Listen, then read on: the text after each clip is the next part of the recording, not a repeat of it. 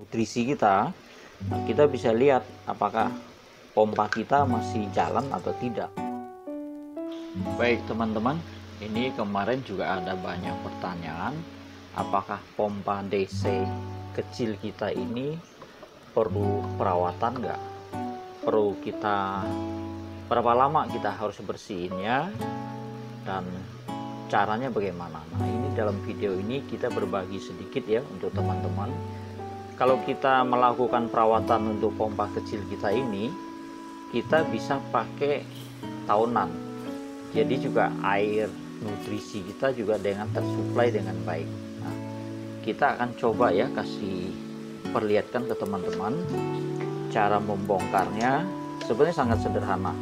Kita hanya perlu siapkan alat-alat bantu, misalkan ya obeng dengan ukuran 5 ya.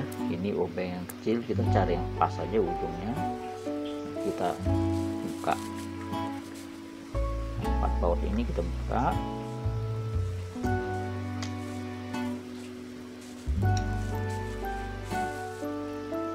Kalau kelamaan tidak dibersihkan, itu pompa ini akan macet, akan berhenti dia, jadi bisa rusak pompanya. Dan setiap hari kalau kita pantau air nutrisi kita, kita bisa lihat apakah pompa kita masih jalan atau tidak gitu ya. Kalau tidak jalan, juga harus segera adaptornya dilepas dan dibuka seperti ini.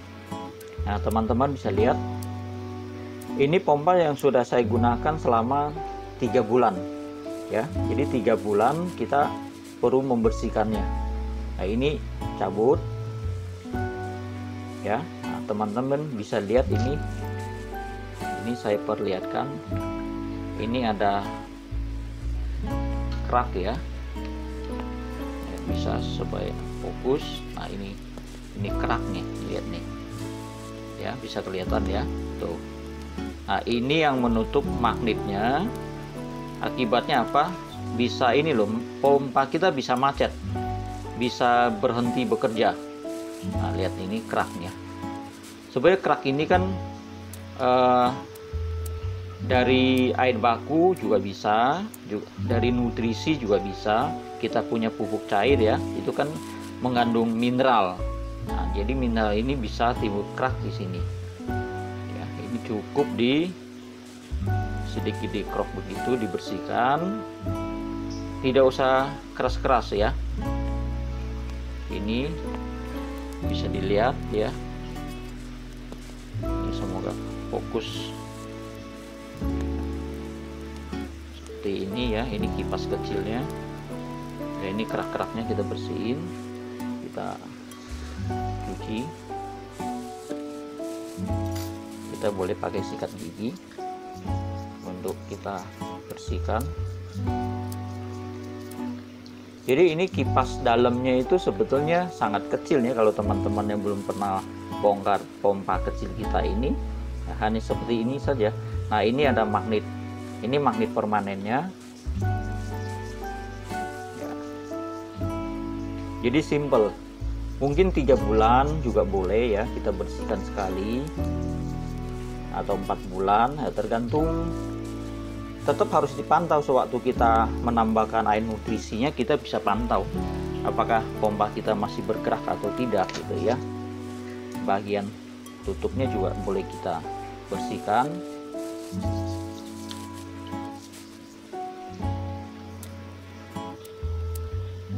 Ini ada 4 baut ya, dan ini yang putih-putih ini seal ya, seal karetnya. Nah, lubang dalamnya juga boleh kita bersihkan, kita korek aja pakai korek kuping, dikrok aja semacam ini, sudah bersihan. Nah, bagian dalam pompa kita, nah, kita juga harus bersihkan ya. Usahakan jangan pakai yang logam ya. Nah, ini lihat kerak-kerak dalamnya yang sudah menutupi dia punya bagian induktornya ini. Di dalam ini dia proses kerjanya dari DC Ya, di dalam itu ada rangkaian elektronik, di mana rangkaian elektronik itu membuat listrik jadi bolak-balik, jadi listrik AC, jadi menciptakan induksi. Nah, induksinya itu yang membuat magnet permanen tadi berputar. Prinsip kerjanya seperti motor listrik AC biasa sebetulnya. Jadi bedanya ini di dalam itu sudah ada komponen elektroniknya. Jadi memang perlu perawatan teman-teman ya. Ini dikrok aja begitu. Nah, ini sudah lihat, ini endapannya ya, ini kerak-keraknya. Nah, ini yang sedikit menghambat. Mungkin bagian keluar airnya juga boleh kita bersihkan. Kita cuci.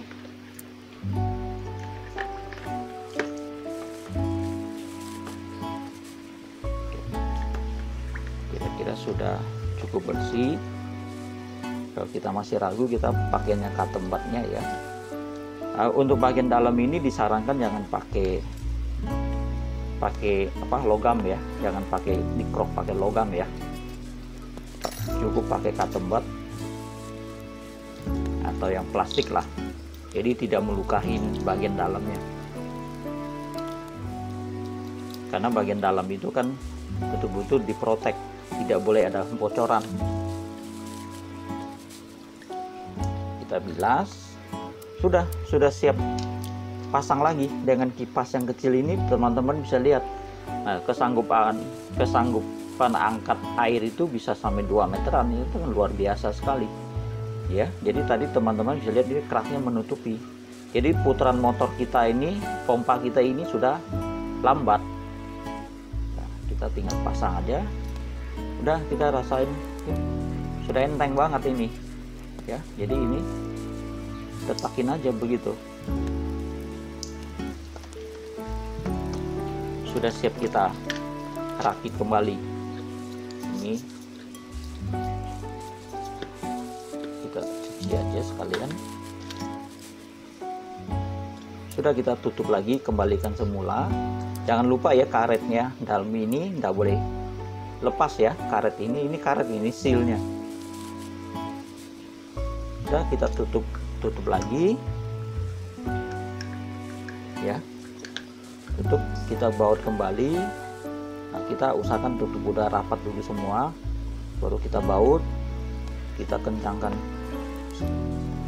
skrupnya, ini hanya skrupnya asal kencang dulu ya, jangan terlalu kencang, asal aja dulu sampai 4 posisi terpasang skrupnya.